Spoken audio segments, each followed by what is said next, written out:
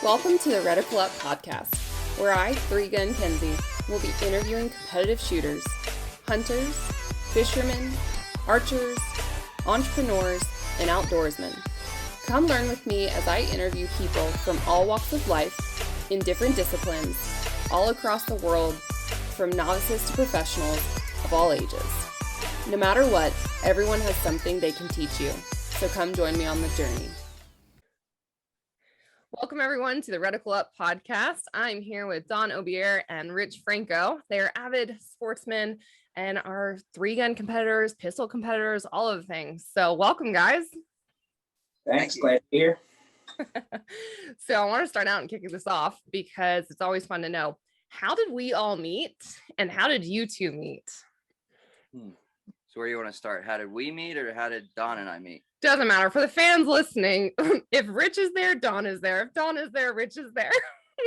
No, that's not true. Sometimes. Majors. Only majors. That's it. All right, Don, I'll let you take that one. What, how did we all meet? No, just you and I. Mountain State 2 years ago. Yeah, but didn't we meet in the squad together or did we meet at the bar the night? No, it was at the bar. We were eating dinner. Oh, okay. You were sitting off to my left. You and James eating wings. That's right. That was a special place because was that what the night the wedding was going on? And there was like some Is this Mountain State? Yeah. Yes. Oh, yeah. Okay, I get it, because the hotel is the place. Yep, and they were having like this nice classy wedding. The bride was wearing like a two-piece white mini skirt.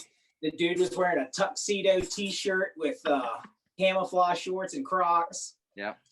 And there was like just some dude standing uncomfortably close to us drinking like a deuce.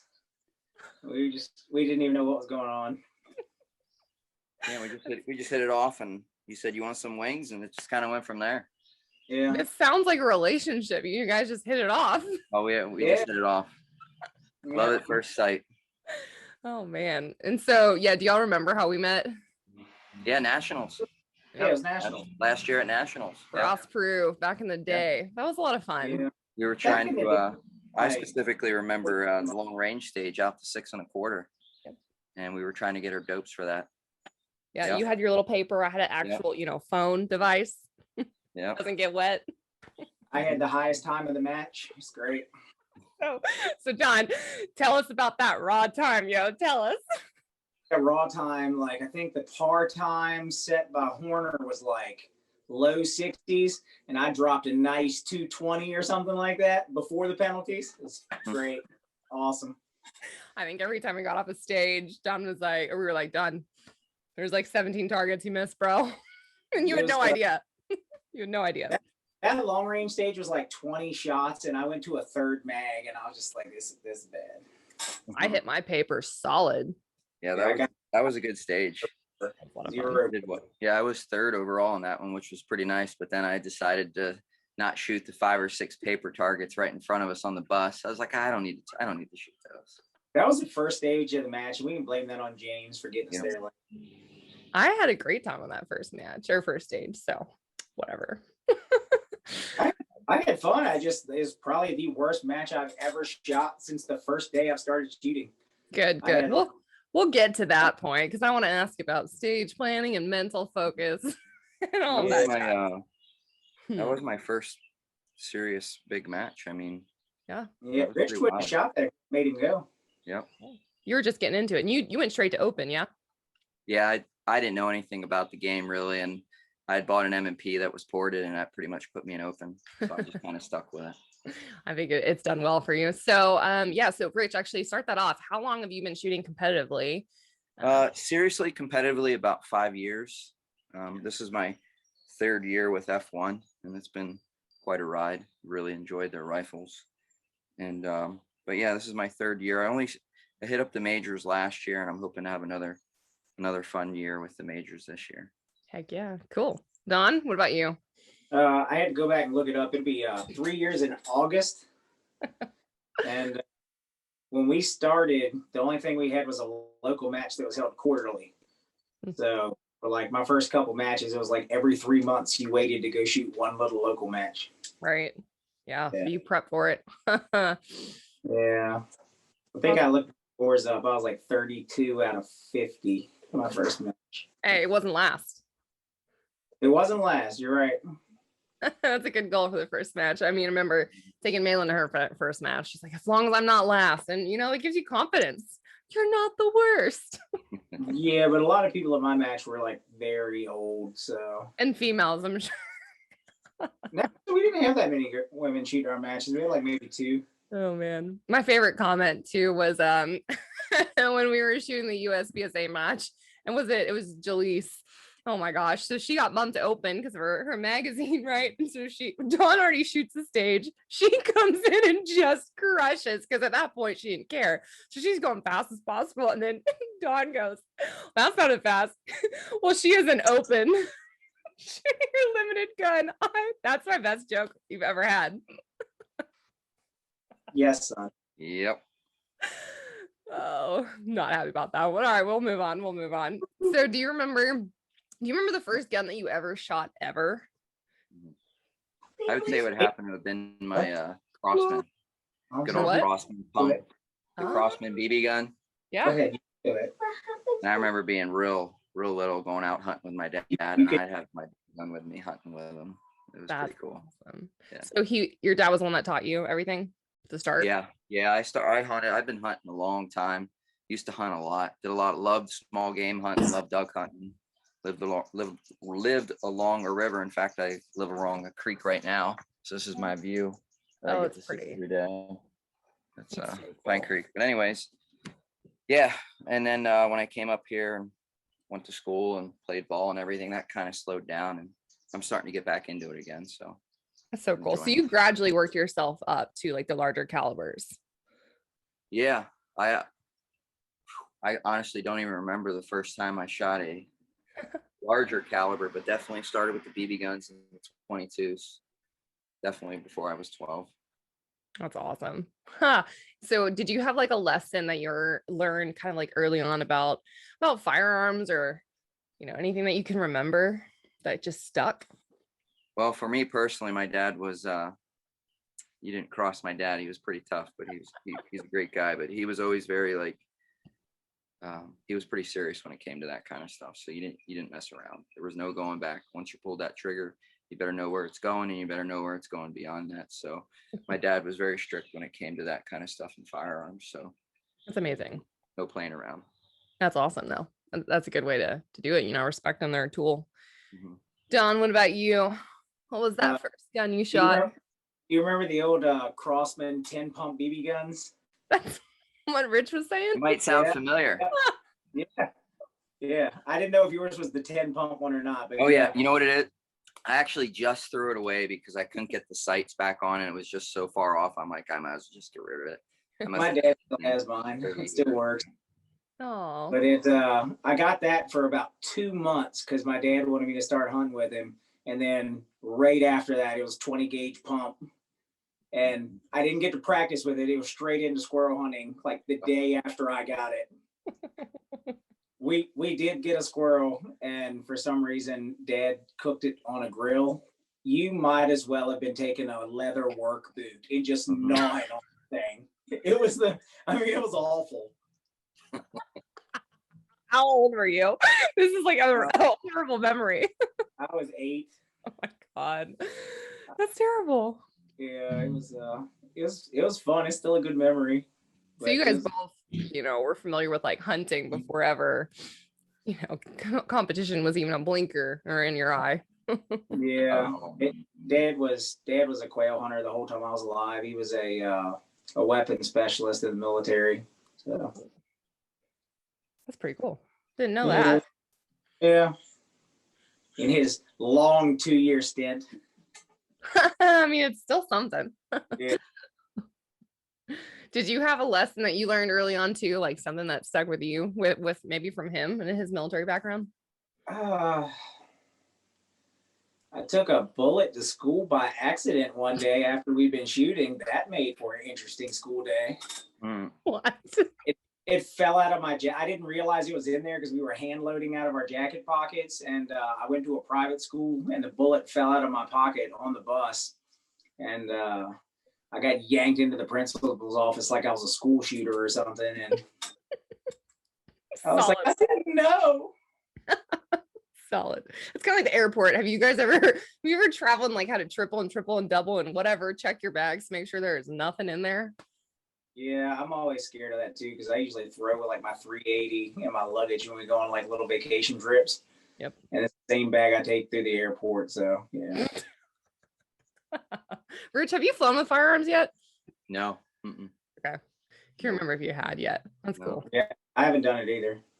Oh, you just said you flew with the bag. I get it now. I'm here. Fly with the bag, not with the gun. Not with the gun. Gotcha. Not yet. Okay, so doesn't not happen. yet. You guys are both raising kids too, and I've only experienced that from me being raised in the firearms community, with my dad. But how are you guys, putting that into the next generation for your kids? Well, my son said he's not shooting it if it doesn't have a red dot the other day. So he's bougie already. he shot a 22 cricket like 2 or 3 times, which it's already too small for him. And then he wanted to shoot my 9mm carbine. And after he shot that with a red dot on it, now anything I want to shoot, he's like, does it have a red dot? We were looking at over and under shotguns for him the other day. And he goes, can you put a red dot on this? And I was like, yes, I can. Jesus. Yeah, but he shoots pretty good already. He's come a long way from about 3 years ago. That's awesome. Yeah. So Rich, are you taking the same approach your dad did? Well, it's a little different for me. My little guys are 7 now. I have twins, and they're a hoot. But they're typical, love the Matchbox cars and the Legos and playing outside and playing Nerf guns. So we have all kinds of fun battles in the house and stuff with that. But when it comes to the real firearms, they haven't experienced that yet. That's something that I have to be careful and respectful with my ex-wife. So I hope that comes soon. But when it comes to my, my stuff my reloading stuff downstairs, they don't go near any of it. And, it's dad's dungeon. Yep. They don't touch any of this stuff over there. They're very well behaved when it comes to that. But, every now and then they'll ask me, hey dad, can we make some bullets? So that's pretty cool. Yes. That's like a win. Cause you want them to approach you. You don't want to force it on them. Yep. Yeah. That's pretty cool. Meanwhile, Don, you're in your dungeon. Do you want to share what you have done? So my son reloads my primer tubes for me, which is great because I don't have to do that. I've got like 10 of them. I just sit him down. Go ahead, bud. Knock him out. He's got his first bullet he ever made up in his bedroom. First actual, like, ready to go. Oh yeah. He shot some that he's made before. That's good. I mean, we just keep an eye. Not child slavery. That's why we have kids, right? You just. Hey, you know what? I used to have a single stage press that I would mount in my living room, and he'd put on gloves and process all my brass for me. It was wonderful. That is cool. For all you listeners out there too, I squatted recently with a dad and a daughter, and I didn't even think of it and didn't know because I don't know if you guys read, I wrote a whole blog about lead poisoning and stuff, and straight up the dad was like, hey, listen, her lead levels got really high. We're not allowed, or she's not allowed to touch steel, pick it up, paint it, like, and let's respect that because that's something that gets into kids' systems faster than adults. Yeah, I was at 10 last time I went to the doctor, which under modern rules that the doctors give you, they're like, oh, that's terrible. And then I talked to the old guys and they're like, when I was in gunnery sergeant, I was a 30. They were like, don't worry about it till you at least get 20. That's horrible. No. Rich, have you ever been tested? You know what? I actually have. I had some blood work done not that long ago, and I don't know why I want to think I was like a 14 or something like that. Ooh. Might be. Yeah, I'd have to look. You might be. Yeah, I got mine down. I was 11, got mine down to 5, actually. Like, I was dramatic about it, but it's harder to get out of your system and real easy to get in. Yeah. And we'll talk about range snacks because that's probably how we did it. Don wanted to devote a whole hour to range snacks, and we'll get there. Right. So what got you guys into 3-gun? Did you Google? Was it someone that said, hey, come out and shoot? Or was there like a picture or video on the internet that you're like, I gotta do that? Oh, watch Jerry. from Three Gun Nation, and that was all. Yep, that was it. I saw it on YouTube. Jerry Michalik, Three Gun Nation. I watched pretty much all of them that were on there. Max Michelle and some of those other guys, and I'm like, I got to do this. Yeah, that's so cool. Yeah. They held nationals in Alton, Virginia in 2017. So me and some guys jumped in the car, drove down there, watched it. It was like 10 degrees. Everybody's shotgun was jamming up because the oil was freezing. It was great though. You bring up a good point, Don. You want to talk about why the shotgun jammed and why is it water-based oil? What happens there? I don't know what oil they used. All I know is I put some CLP on there and from Lucas Gun Oil, and it runs just fine. That's what I use. Yeah, Lucas Oil has a great product that runs from like a dramatic low temp to high temp. But yeah, if you use like a water-based oil, not only is it bad if it's cold because it'll freeze, but if it gets too hot, what does water do? Or evaporate. It's liquefied. Yeah. Well, I mean, if it's like a gel, it's got to liquefy, then it evaporates. Yeah, that's kind of cool though. So tell me about like watching the match. So you went out there, you didn't know like at all how 3-gun worked, how match was run. You just checked it out. Yeah, no, the best part was we were like, me and the guys, we stopped and we got a 6-pack going down there because we were going to be all discreet when we got there because we're like, certainly they don't allow drinking with guns. And we got down there and dudes just start pulling cases out of everywhere. We were like, oh, okay, this is a thing in the spectator aspect, and everybody that was done shooting for the day, they were sitting around watching all the guys because we just showed up for the like the head-to-heads. Mm-hmm. Yeah, it was like whatever. Yeah, it was like being at an event. It was like being at a football game. You got the grandstand sitting there. Yeah, it's great. Yeah, that's pretty cool. You got to see Horner. I forgot who won that year, but it was great. Was it Daniel Horner or Andy?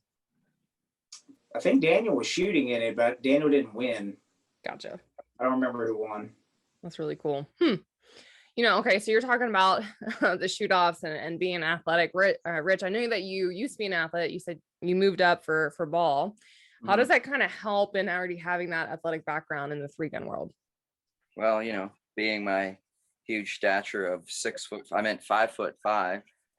I was a little guy. So one of the things too, my dad, like I said, he was pretty tough on me. So, I was cutting grass in like elementary school. I was doing yard work super young, and he got me into doing push-ups and, pull-ups and crunches and all that stuff real young.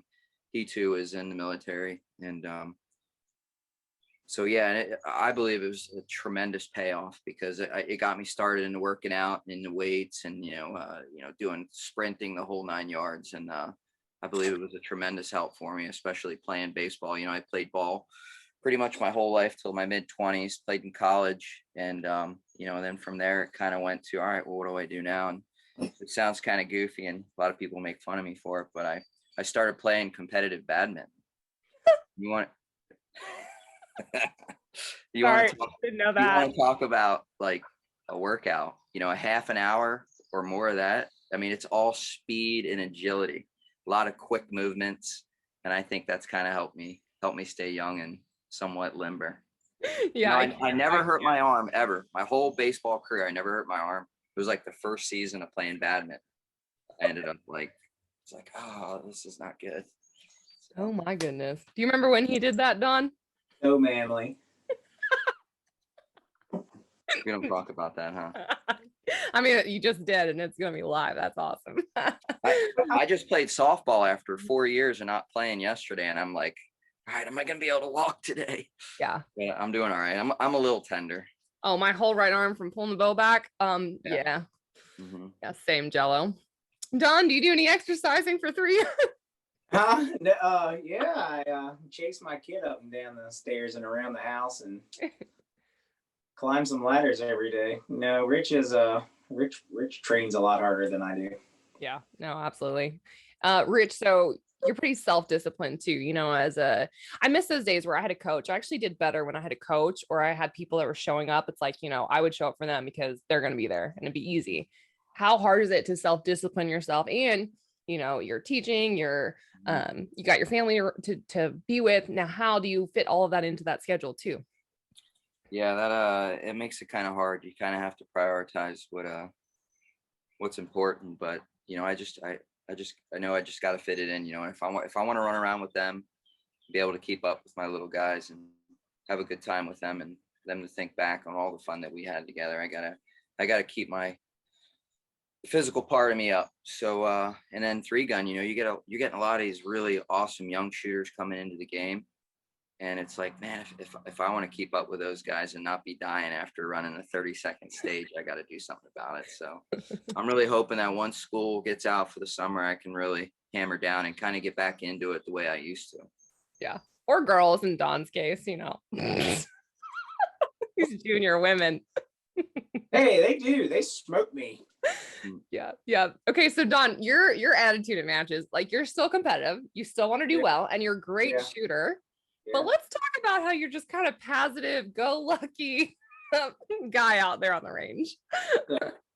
I'm always working or taking care of my kids. So my range time is my fun time. So other than the 2 people before I shoot where I try and zone in on my stage, I'm just there to have fun. That's awesome. That's awesome. Were you always like that though? Or was there a time that you were so burnt out or so competitive that it just wasn't fun, or just that's always you? No, I've always been competitive. I was from a single A high school, but I was pretty much like varsity in every single sport that I played in. And so I was always really competitive, but I was never overly serious. I was a mean and dirty soccer player, but that was about it. So while Rich and I are getting MVPs, you're just like the best cheerleader. What is that award? Spirit Award. Mm-hmm. No, I wouldn't. No, I was like all region all the time, but I'm kidding. I was in the state championship for wrestling and stuff like that, but I played rugby in college. That's awesome. I was having fun too. So yeah. So I want to give y'all both a chance, actually. So you started your career in 3-gun. I kind of want you guys both to talk about how you joined the shooting teams or the sponsors that you got paired up with. Was that a social media thing? Was that someone meeting the owners in person? Like, how did all of that kind of happen? Well, for me personally, I just kind of looked at it, I looked at the companies that I really respected, I really looked up to, that I really, I really liked their gear because I had experience with it. And I just kind of reached out, most of them I kind of reached out to, with having a teaching background, I kind of thought of, I put myself together a resume, put together what I've done, who I am, what I'm about, what I stand for, and what I've accomplished both personally and in the shooting world. And it just kind of went from there. And I've been really blessed and humbled by the experiences I've had the last 3 years, and I'm truly thankful for it. So cool. And I would probably define you as an introvert. Am I wrong? Yes and no. It kind of depends. I definitely don't like the spotlight, but when you get to know me, it comes out. Yes. Yeah. Don, what did you say? He's getting better. We're roughing him up every we go to. He's starting to come out of his shell now. Mm-hmm. But that's something unique. I met I'm probably gonna try and interview him. I met an introvert at the last match and he was so quiet the whole time. And I'm like, how do you deal with being an introvert? Is it terrifying? Does it take a lot out of you? I mean, there can definitely be times of overthinking things, that's for sure. Yeah. That's awesome.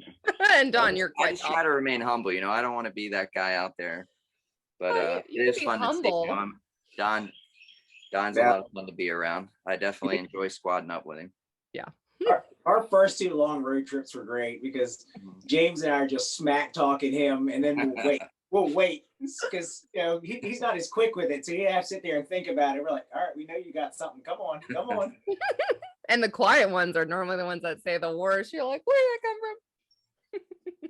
from? Okay, let's talk about these road trips. A lot of us have traveled into the middle of nowhere, horrible hotels, horrible Airbnbs. And for the people listening out there, they cuddle. They share beds when they need to. Hey, we're trying to save money for the bullets. So that's right. Oh my God. I need more ammo. I gotta save every penny I can get. Rich doesn't take up a lot of room in the bed anyway. So terrible. What was y'all's best road trip experience so far? Great Lakes. Yeah, Great Lakes. Yep. What happened? Go ahead, John.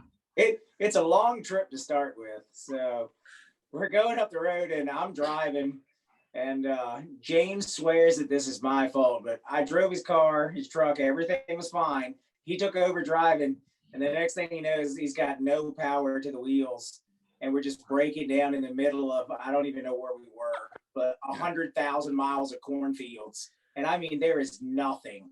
Mm-hmm. But we came to stop right in front of a farmer's house. And if you're ever going to break down, farmer is the best person to break down around. He came out and helped us out, threw a tow rope around the front of the car, towed us up the road, refused any money. Wow. Yeah. That's pretty cool. Yeah. Okay. And Rich, you don't have to answer this or touch on this, but that led me there. You're very spiritual. You're very religious. What were you feeling kind of in that moment? You know what? I wasn't really worried about it. One of the things that I said to myself when I got into this sport is I'm going to enjoy myself. I'm still going to focus on wanting to do well, but I'm going to focus more on the experience, more on the process, more of the things that I can control instead of, I got to shoot it at this time. I got to accomplish this. I got to do that. I got to win. Yeah. So I just said to myself, it's time to enjoy this, because when it came to baseball, I was pretty hard on myself. I wanted to do well, every at bat, every play, the whole 9 yards. And I said, I'm going to sit back. I'm going to enjoy it. I'm going to control what I control. And I'm going to focus, like I said, on the process of what I'm capable of accomplishing, and worry about the results later. That's awesome. So I wasn't too stressed out about it. Oh, that's not me. I'm type A. I would have been freaking out. You want to hear about the ride home on that trip? Yeah, I do. We leave the match late at night. James asked us, he said, have y'all ever had White Castle? And I hadn't. So he was like, we're going an hour out of the way to get White Castle. And, little teeny White Castle burgers. I was like, all right, well, I can eat a bunch of those. So I fell asleep in the back. When I woke up, they were there, and James had ordered 100 White Castle burgers. 100. That's the stinkingest ride you have ever held. 3 men full of White Castle trapped inside of that car on the ride home. Yep. Ew, what did that cost? I don't even know. I don't remember. But I know we ate it for dinner, breakfast, lunch, and we still had like 50 left over when we got back to my house in Virginia. That's not even good. Actually, it was delicious, but your stomach doesn't feel good for about a month. I don't know who let y'all out. Oh man. Was there ever like, I won't say the worst, was there ever like a bad road trip experience, or what's just like tough when you're on the road? Florida's hard just because it's so many hours to drive straight through from here. Mm-hmm. And for Rich, it's like 6 hours more because he had to drive to my house. And then I think it was like 14 from my house down there. Oof. And we did it all in one day. Oh, yeah. No. Like nonstop drive. We rolled up to Universal. What was it like? I don't even know. The sun had just come up, and it like was 4:30. Yeah. That's rough. And you had to shoot that same day, or did you at least? No. We went in the day early to do a walkthrough. Yeah, we walked stages, and then passed out. Yeah. Yeah, that's where we spent 5 hours stage prepping and doing walkthroughs, and then I finished the match with like 47 FTEs. And then you have James, who just walks down and looks at him, and is like, yeah, you were good. And there's Don and I, trying to figure out what we're going to do, how we're going to do it. So this is where we met. This is nationals. Yep. Yeah. Okay. Yeah, James finished his entire walkthrough of all the stages in like 45 minutes. And then he was yelling. He took like 4.5 hours. Nope. Yeah, no, I remember Rich's head down. I remember I was very analytical too. And people were like, yeah, it's this distance. I'm like, I don't care. I have my own. I'm going to figure out my own, reading of it, because it could be different. Yours to be off. You could be in the wrong spot. And meanwhile, Rich and I are like comparing. We're like 1 yard off. We're like, who's right? Mm-hmm. We had a great squad too. We had a lot of great people that match. Yeah. Yeah. I learned a lot. Yeah.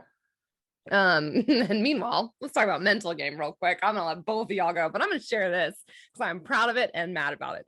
So Don, who has missed every target and everything else on every stage, I come up to a stage that I didn't get to do a walkthrough of, because I now remember that I think the AMU team was still shooting it. So it was the only one I missed. And I show up and I was like second shooter, and I was like, I don't have a stage plan. I don't know how to shoot this. You had to bring the gun up and back, and it was a cluster. So Don was like, all right, Kenzie, you're going to go here. You're going to go here. You're going to do this. You're going to dump that gun. You're going to pull this gun. You're going to shoot those targets. literally to a T. I follow his stage plan. Meanwhile, I don't count rounds or bullets or anything because I thought he would have told me. So I get to the last like 4 pistol shots, click, and I'm just like, done. And so I reload and shoot, and at the end he's like, yeah, I forgot to tell you to reload, but he gave me that stage plan, and like literally a minute later I was shooting the stage and did exactly what he said. Yeah, that was awesome. You shot it clean too. Yeah, I did. That was a lot of fun. So Don, mental game, not there, semi there. Don't have any. It's non-existent. I'm just praying to God when I'm done that all the targets are down. You just need to move up in major power factor for a USPSA. I don't know, but every time I finish, if you look, I'm looking all around behind me everywhere, like something's back there somewhere. Did I forget anything? Rich, you can't watch him shoot, can you? Because it'll screw you up. Mm-hmm. Yeah, I don't really. I'll look at some guys, watch, see what, but I don't. I just kind of have my own game plan that I run through, and I picture myself going through what I'm going to do and how I'm going to do it, and I run it, and I just try to stay focused. Rich does a walkthrough after every single shooter. All right, maybe not. I mean, do we bring up the resetting or not? I reset, quit it. I've got a picture of that one time. Yeah, that was a good picture too. That is so funny. I've got a guy locally who brings a megaphone, and he brings his neighbor's kid. It is so funny because the kid is like 14 or 15, fully able body, doesn't reset. So we have the microphone. Evan, reset, bring the tasters. Just flat out embarrasses him. Maybe we need to do that, Don. Yeah, we could yell at him. Anyways. In his defense, you can yell at me. Tease him about was because he was trying to help another guy who was having gun malfunctions. Yeah, no, we're picking on you. We have to. No, Okay, that's all right. I get it. It's cool. I'm all right with it. But as an open shooter, that it does gets a little frustrating. The whole pre-game and post-game kind of thing with the whole, all the gear. Oh my goodness, and the shotgun. The mags, unload the mags, checking them, the whole 9 yards. Yeah, but it's fun. It's a lot of fun. As you can see, or hear if you're listening on this podcast, we give each other a lot of hard times, but we wouldn't have it any other way. So tell me, guys, along the way, how has shooting kind of introduced you to people that you probably never would have run into, or people from different backgrounds? Tell me about that. What's that been like? I met a lot of great people, a lot of great personalities, a lot of different walks of life. And it's been a pretty cool experience that I know otherwise I would have never experienced if I didn't, step outside of my comfort zone and do this thing. I remember my first major, I think, was Mountain State 2 years ago, and that is where I met Don and them. I'm going down after school, and I got down there. I don't even know what time it was, 10 or 11 o'clock at night. All the guys are already kind of in the bunkhouse. I didn't know anybody. Mm-hmm. I just kind of roll up and go with the plan, and it just turned out to be an awesome weekend. And met Don and James through all that, and Mike and some other really awesome dudes. Money Penny, the whole 9 yards. Yeah, it was a good time. Was that the last match you shot a tube gun as your open gun, like the last major? You know what? You're probably right. Yeah, I think that was 2 years ago. That was my first 3-gun major. Yeah. Rich is an amazing open shooter, but he might be one of the worst quad loaders I've ever seen him on. Yeah, that's right. I had my tube gun then. Yep. Yeah. So you're saying that I have a chance to beat Rich if we have a tube shotgun? You know what? You do an all shotgun match and give him a tube gun, hands down, you have him. I'm in. I feel like that's a fair fight. I'll be practicing 4 hours a day, quad loading. The crazy thing is, I'm in, yo. With Rich 5'5", 5'6", he stays in such a ready baseball squatted bent over stance, and the shotgun tube is so long. I can't believe he didn't javelin that thing into the ground when he runs it. Gotta jump to get it in the barrel. Oh yeah. Well, not just that, but even with your open shotgun, you got that giant thing, and Rich gets low, y'all, and it's like, how is the mag not on the ground? Mm-hmm. That's wild. He's fast in position now. Do what? I said he's fast in and out of position because he stays low like that. I mean, he's already 5 feet on the ground. Right. Lower center of gravity, right? Yeah. Okay, so real quick too, before we change subjects or go further. Okay. Well, I want to know what you guys do for work, right? Because I just want to show people how, all these people are connected from firearms and the Second Amendment and hunting and shooting, and yet they might have like, jobs that you would never think that they'd be gun people, right? Go ahead, Don. I'll let you start. I'm a contractor, so I meet tons of people that are gun people. But But you tied your business kind of into your sponsorship or jersey and all that, right? yeah, so as long as you own your own business and you slap that on the back of your jersey, it makes all your ammo and match fees a tax write-off. So that was the only reason I was ever interested in sponsorships. I was like, well, I'm already going to have a jersey made so I can have a tax write-off. I might as well talk to some of these people, which was great. I got to meet a lot of good company owners that way. Yeah, absolutely. I mean, think about that too. So how much have you connected with people, that you meet in shooting and done business with them outside of that? A little bit. The bad thing is we don't talk about work that much when we're there. Yep. So I just had a guy that I've been shooting with him for 2 years, and he just had like $150,000 worth of work done on his house, and I was like, I could have saved you 40 grand. Oh, giving you the exact same product. It is good and bad though, right? Because we're there to shoot, we're there to have fun. We don't go to talk about work or family or school or whatever's going on in our personal lives. We try to block that out. Now, sometimes we do bring it to the range, right? But that's kind of the benefit. And I'll share this too. I used to shoot cowboy action. Yes, make fun of me if you will. But we never knew anyone's real name. Like, I'm not kidding. So I borrowed pistols one match because mine broke. Didn't know his real name. And at the end of the match, I found him to give him back. There was like 200 people. And he was like, I was kind of worried that I wouldn't find him again because I didn't know your actual name. But we knew gun people are fine. They would figure it out. I'm like, yeah, but that's so true. We don't talk about it. That's a good thing. Cowboy action, like 3-gun, like how friendly everybody is. 4-gun. Yeah, it's a lot of fun. That's awesome. It is really cool. And I mean, we would have a lot of the age differences too. So I remember watching like an 82-year-old smoke my butt on stages. And I'm like, great. I'm being beat by an 82-year-old. Yeah. Yeah. Ridge, what about you? What's your background? I'm a school teacher. So I teach in a small rural school, North Central PA, basically K to 12. Oh. Phys ed, health, tech ed, hands-on stuff, computer-based stuff. Yeah, a little bit of everything. That's so cool. Have you connected with anyone else, outside the shooting world or from the shooting world for anything that you need or? Yeah, I mean, I certainly talk to some people online and through social media and everything, but I have my select few that I do keep in touch with quite often. Unfortunately, this guy Don, that I know, he's did I say that out loud? I went on vacation and he was devastated he didn't get to talk to me every morning. Yeah, right. I did cry a couple nights. But it is cool. Like, our one hobby or one thing connects all of us that we would never in a million years, I don't think would have met. Had we not done it. And Rich, I feel like I still go through that fear, right? You got your boy, you two roll up again, Rich and Don, they're a thing, they're a duo. Meanwhile, I'm like, I'm gonna go alone. It's like facing that fear every single time I go to a match. Stressful. Well, Don's letting me down here this month coming up shooting. He's not gonna be able to join me at Peacemaker for a couple of Yeah. Why not? I got a church thing that I'm doing. Fair. Yeah.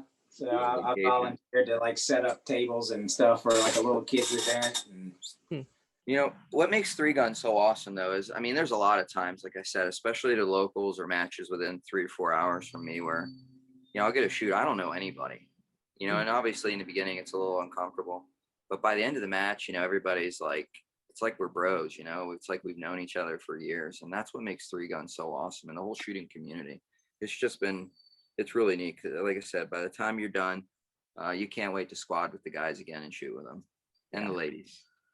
Yeah. Throw that out there. Yeah. Ladies. You say you never meet a stranger on the range and you never leave a stranger. And that's pretty cool. And have you ever had that magical squad that you're like, it's never going to happen again? Like, how do I top that squad? I feel like that every time almost. that squad at Nationals was pretty awesome. We had like the best team mom with Becky Ackley. Yeah. Yeah. Seeing Beth Walker, she was kind of a dream for me. She is amazing and super sweet. And Tim Yackley was like, what, third, maybe not. I probably got it wrong. I think he was third. He was phenomenal. I mean, we had the best of the best, and Yeah, he's great. and then we had, and then we had Don.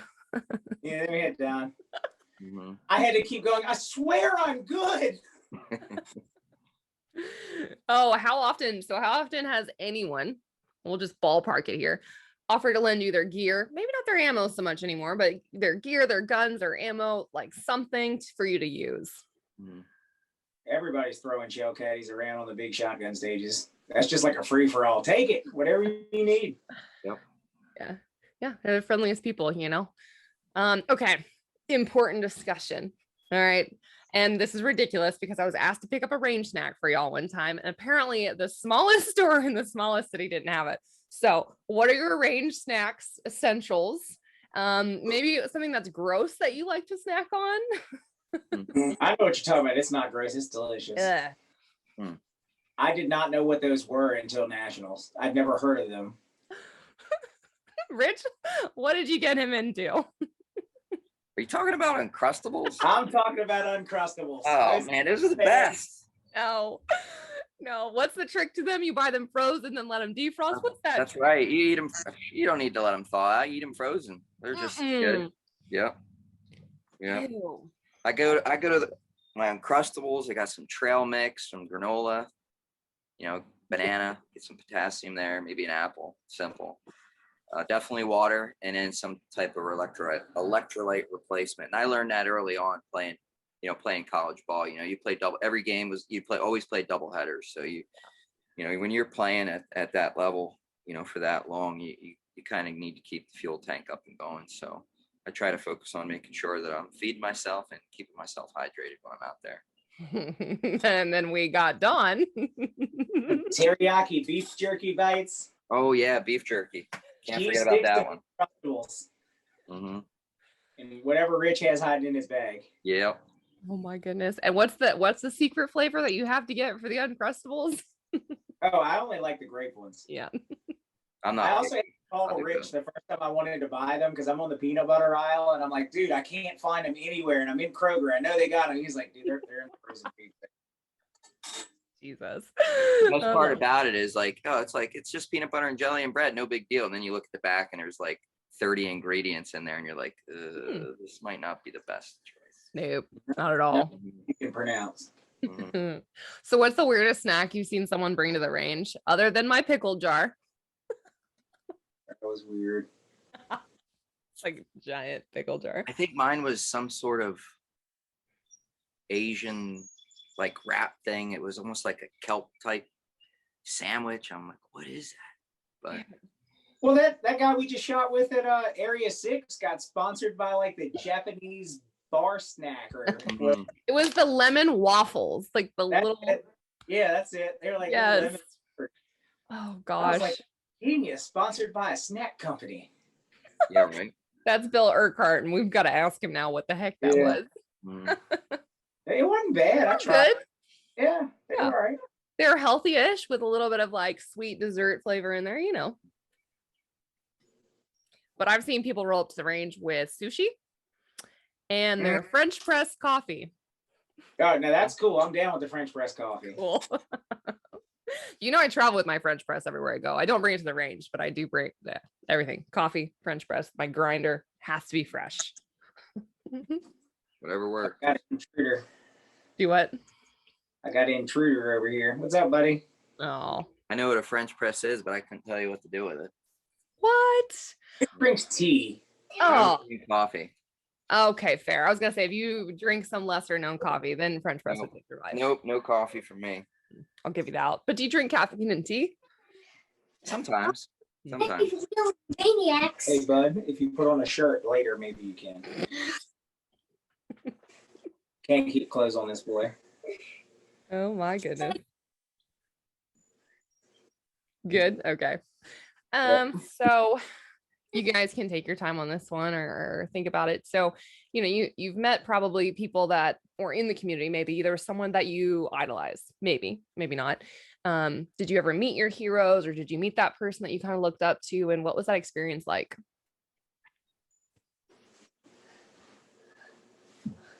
All right. Jerry Michalik.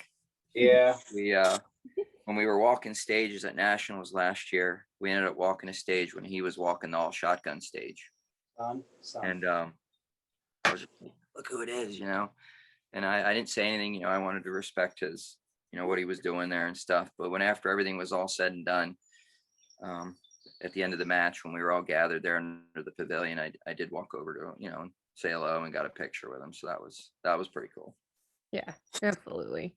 I respect you for that too. A lot of shooters or even people, they'll fanboy, fangirl, whatever, and they'll interrupt people in the middle of their stage or about to shoot or in their walkthroughs. And it doesn't matter what level you're on.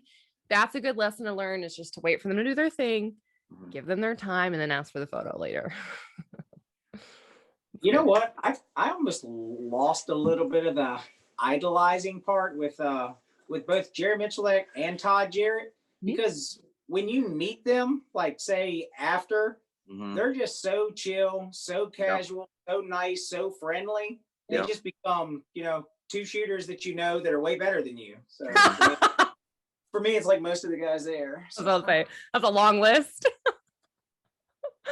No, I was telling my lawn guy that. Oh my gosh, yeah. I was talking to him about he's like, what are you doing? Why are you always gone when I'm, here? And I was like, well, I travel the country shooting, right? And he's like, oh my God, have you met Jerry? I was like, yeah. But for me, that's kind of like an every quarter kind of thing. He was at a range in Florida. He was at Frostproof. He's at SHOT Show. So for us, it's a smaller community than people realize. It's really the best cool. Jerry stories have nothing to do with shooting. Yeah. Like the cat that his friend had that got lead poisoning by sleeping inside of his bullet trap, or when his truck that he towed his boat died down and he used the fan on the back of the fan boat to push his truck down the road. I mean, he is from Louisiana or lives there. Yeah. That's awesome. So do you guys have maybe someone who inspires you still, or maybe pushes you to work harder? So is there someone whose level that you kind of want to be on in the community that you're working towards? I want to be the best me. There you go. Yeah. I mean, you can't try to really shoot specifically to somebody else's level. You just want to beat what you're capable of all the time. I like it. Absolutely. Well said. Oh. And try to be the best I can. I want to beat Rich every stage. In open. In open. Yeah. Love it. And then he'll just leave 5 or 6 targets for me so I can beat him. So you guys talked about a lot of the matches. Maybe what's your favorite stage you've ever shot, if you have one, and why was it your favorite? Favorite stage. I don't know what you think about that one, but just off the top of my head, my favorite type of stage is a nice jungle run where you get a good mix of all three of your pistol, your rifle, and your shotgun. I have to second that. Yeah. That's over there. 3-gun. That's every stage at Great Lakes. Yeah. Every stage is like an old-fashioned jungle run. You usually finish at least 75 yards away from where you started. That's awesome. Yeah, it was a good time, and they really. I mean, you were shooting 200 yard shots offhand on steel and stuff. It was cool. It was a great match. Really enjoyed that. Huh. What's the worst stage, or maybe how was the worst stage maybe that you've ever shot, and why was it so terrible?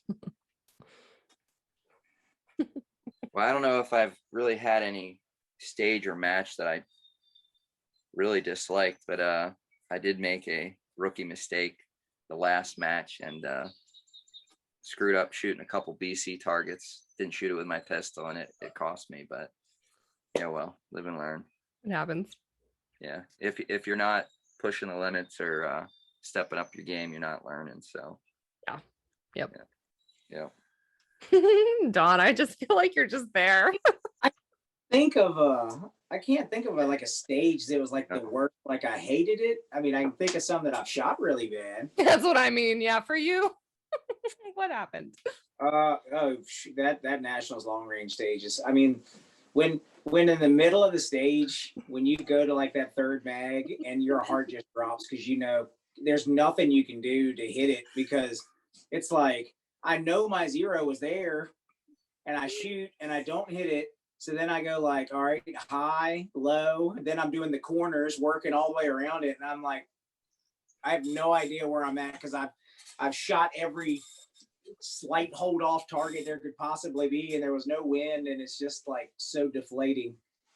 Jeez. Yeah, and that was at the start of the stage. So if you're not moving, No, yeah, it's not like it was like a unstable thing. You're shooting prone on like a rock solid table off a linked mag, so it's almost like a bipod. I'm like, what do I do? Just get up. I better hurry up for a timeout. That's what I was thinking. Oh man. It's always fun to be that first shooter, you know, when it's your go and you've had like no time to plan or prep for it. And yeah, but we all get to experience that. So but that's probably, you know, the most, you know, that first stage too, just in general, that first stage jitters. Once you get that under your belt, then it's just kind of sit back, relax, and try to enjoy yourself, but shoot a good match. Absolutely. I don't know about y'all, but I've been shooting for a couple years now, and I don't know why, but every time I go to a major match, I can't sleep the night before. I'm still nervous. And it's like, I haven't really not seen any targets out there, right? We're used to long range, we're used to swingers, we're used to clay aerials. Why? I mean, it's good and bad because we get the jitters, and then we get an adrenaline dump too. Yeah. That's the excitement though. I mean, that's how you know that you're still in it. You still really enjoy what you're doing. I'm still like that with everything, you know, if I'm going out on a ride, you know, hopping on my motorcycle, or if I'm going out on a backpacking trip or whatever, I still get excited and jittery and stuff. And absolutely. 3 again definitely brings it to a level that it's like no other. Yep. My stomach's in knots every match, doesn't local or major, right up until the second that buzzer goes off, and then it's just do what you know how to do. Makes sense. So do y'all have, maybe you have, I don't actually know. Have you DQ'd? And I know Dawn has DQ'd and undQ'd, which is total crap for a pro, but no way. I did not go over the berm. Okay, we're gonna talk about that. Have you ever DQ'd for one? And then Dawn, I almost want to tell the story, but you go ahead. Oh, you can tell it. Okay. No, we're shooting I'm just gonna start on that, and then you can tell us. I DQ'd 3 times. Okay. Was that one of them? The undQ? Yeah, the undQ was one of them. Okay. The most unlucky one ever was, I have a local match and they're super strict, and it's a 2-gun match. It's PCC carbine pistol, and when you clear your PCC, because you always shoot that first, you have to drop the mag, and the chamber has to be completely empty and on safe before you barrel it.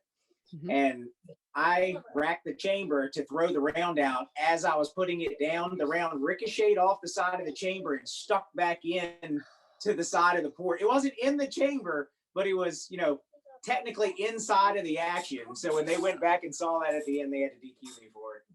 So it didn't go off, at least. I thought that's where that was going. Oh, no. It was just, I was like, it's chamber flag, guys. Look, it's perfect. Right in there, hold the action open. I did that on purpose. That's even safer.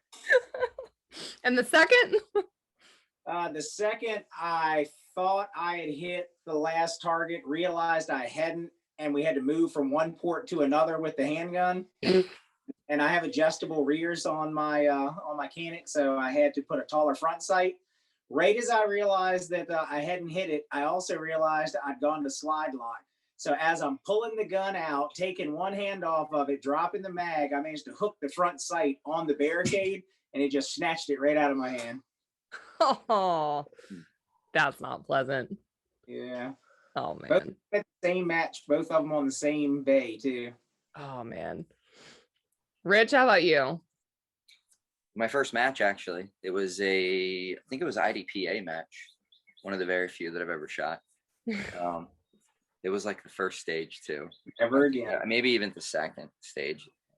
They said I swept my hand, and I don't think I swept my hand, but it was basically to kind of hold my shirt down because I didn't know what I was doing. I just basically went there with my pistol, and they're like, you need cover gear, the whole 9 yards. But he said I swept my hand, and that was it. Yeah. I mean, that happens. And IDPA is great for practicing, with your concealed carry gun. And I think most people too, they're probably going to do that when they first get started, especially people I see in my classes teaching concealed carry handgun classes. They don't know how to grab, how to move their shirt. Women don't know how to get out of their purse, right? There's a lot of factors going in there. Did you wear a fishing vest? Awesome. Probably. I don't remember. It probably was. I borrowed somebody's vest, so I don't know. Maybe it wasn't. Oh man, I don't know if there's gonna be comments. Maybe there will on YouTube if you're, watching this later. But Dawn, okay, we're at a pro-am. Okay, Dawn is at a pro level. Okay, I am not. So Dawn, think about this. So the whole point of the whole match was for the pros to teach the amateurs proper gun handling safety, how to shoot a stage safely. I can't. No. Problem. Terminology is what got me. No. Okay. Yeah. The rule. So you had to start with your shotgun port arms, and then you brought it down. You started. No. High port. That was the problem. It was high port. I know. High port was. And of course, Don, before the beep or right at the beep, something like that, had his little booger hooker already safety off on the trigger, bang, bird shot into the sky. And apparently we think that bird shot up into the air is a safe direction. So he got off at a practicality. Okay. But I was leveled off about 30 degrees up in the air. The berm was 500 yards away. Doesn't matter. This is a pro, y'all, teaching horrible gun handling, horrible safety. What is taking the safety off and putting your finger on the trigger like a second later, right? Yeah. All right, hang on. So they kept saying the start was high port. I'd never heard of high port, and I'm trying to talk to RO about what it is. So I got to turn sideways for this. So port arms, the gun's here on your belt. And I said, it's port arms, right? And he said, no, high port. And I was like port arms? And he goes, no, high port. So I hold the gun straight out over my head like this. And I'm trying to level it off, hit the safety, and get on target, and snatch the gun down because I've got it pressed up to the sky. And on the way down, I launched one. Yeah, you should have been bumped back down to amateur and started over. I tried to shoot amateur, and they were like, no, you can't. I think I finished 10th there, so it's a good thing I didn't shoot amateur. No, you were. Anyways, drop the comments if you're watching this later on what that call should have been. Okay, so what's one piece of gear or one tool that you absolutely can't live without? You don't go anywhere without it, or it's like your favorite piece of gear? I know what Richie's gonna say. I don't know. What am I gonna say? Are we talking like 3-gun gear, USPSA gear, range you could gear? Do all of them if you want, or do the one that maybe you bring to all of them, no matter what. Go ahead, Don. What you got? Does gear include your weapons? I was gonna say it can't be a gun. Oh, okay, never mind. I don't know what Richie's going with. That monstrous long brush he's got for the for his shotgun mags, maybe. Yeah, right. Oh, yeah, that's a good one. Yeah. You can't. You know what? What about clothing? Does clothing count? For you, maybe. It's Rich's shooting shorts, singular. Ew, for the whole weekend? I didn't have another pair of shorts. It was all right. Let's hear it. Where was this? What happened and why? This is another shooting. Mm-hmm. What happened? Nothing happened. He just has a favorite pair of shooting shorts, and he said nothing else he's found is, good enough. Mm-hmm. Don't they still make them? They do. Ew. They're his lucky shorts. What is this? Don't you sweat? Yeah, but it was all good. Don, was it all good? It was fine, actually. I was just like, dude, how many pairs of those shorts do you have? You wear them to every match. He's like, oh. Gross. What about you, Don? Favorite gear, tool, something that you can't, go to the range without or matches without? Favorite something. Dad? Yes, son. What's these two I'm sorry. the gun holder? Rich, I feel like you can't go anywhere without batteries now. Buddy, that's a right. The circle batteries, the open shooters, man. Yeah. You should probably invest in like Duracell. Yeah, I've definitely got backups of some stuff that I'm just like, man, this bag just keeps getting heavier and heavier. Not just bag, 3-gun, period. Oh, yeah. And now, UML 2x4, you want to talk about a lot of gear. I'm taking my my rifle, my PCC, my shotgun, and my pistol. Yeah. Yep. Don, you got an answer? I don't. The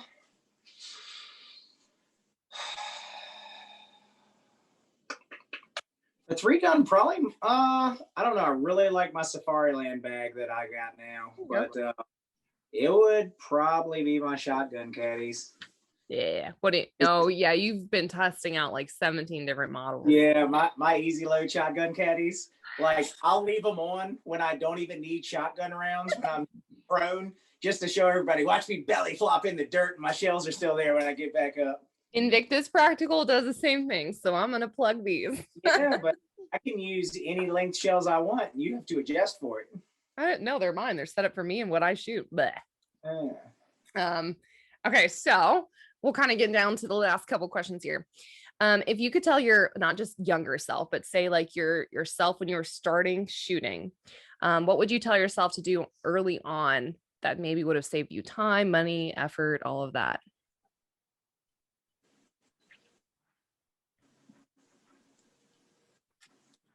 I would have got started sooner, that's for sure.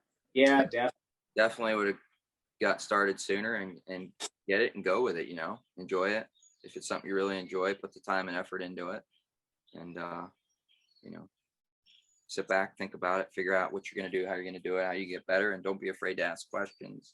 Don't be afraid to take advice from everybody, and it's a learning process from the time you start to the time you finish up. He may be quiet, ladies and gentlemen, but Rich drops that knowledge like no other, and very quietly, but perfectly. Yeah, definitely start earlier. Junior age. Yeah, being like mid-30s and get smacked by the sisters that are like under 18, that hurts. It stings. Oh my gosh. Okay, well, we can't help her age. Was there something that you learned too late or later on that you wish you would have just told yourself? It always seems so expensive, but I would tell people to take a class, because there's so much you try to learn online and you just can't. Or actually ask people at the matches, because if you're talking about 3-gun, everybody is so friendly. Mm-hmm. They're happy to like take you over to the side and try and teach you stuff. Yeah. And since we don't have crazy, harsh rules, we can show you some gun handling stuff by the berm and not get DQ'd for it. So. Oh, don't start that. Have y'all actually taken any classes or have any on your bucket list to do? No. And no bucket list? But I don't have any. Okay. I've never taken any and I don't have any. Donald? No, I get I'm sure there's lots of them I'd like to take, but I just, between time, distance, kids, family obligations, I do kind of want to sneak into one of Fairwell's classes one time. There you go. I took a Joel Turner class, and that actually changed a lot. I actually switched from weak hand shotgun loading to strong hand, changed my game there.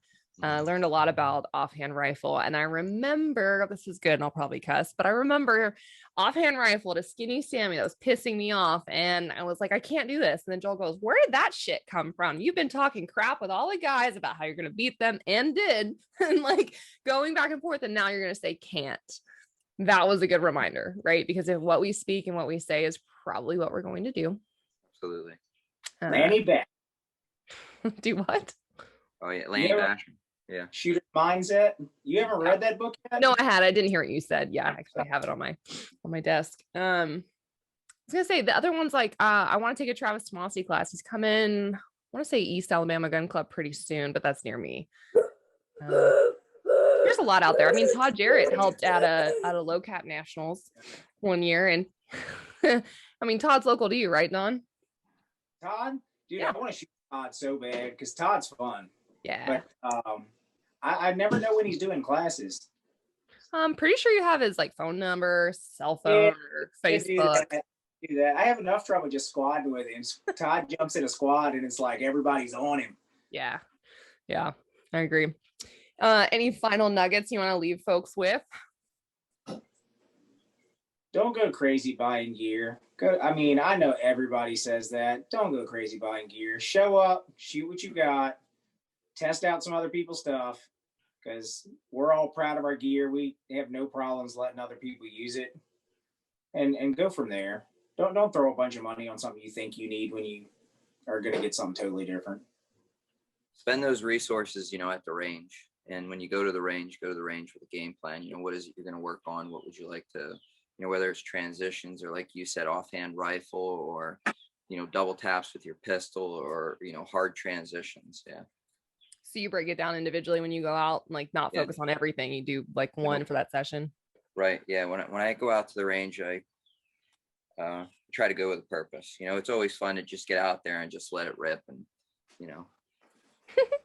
pose it, but go to set yourself up what you like to accomplish. Set small little goals for yourself, work on it, record it, look back on it, see what you did well, see what you could work on. And like you said earlier, focus on the good and what you're crushing, and take it from there.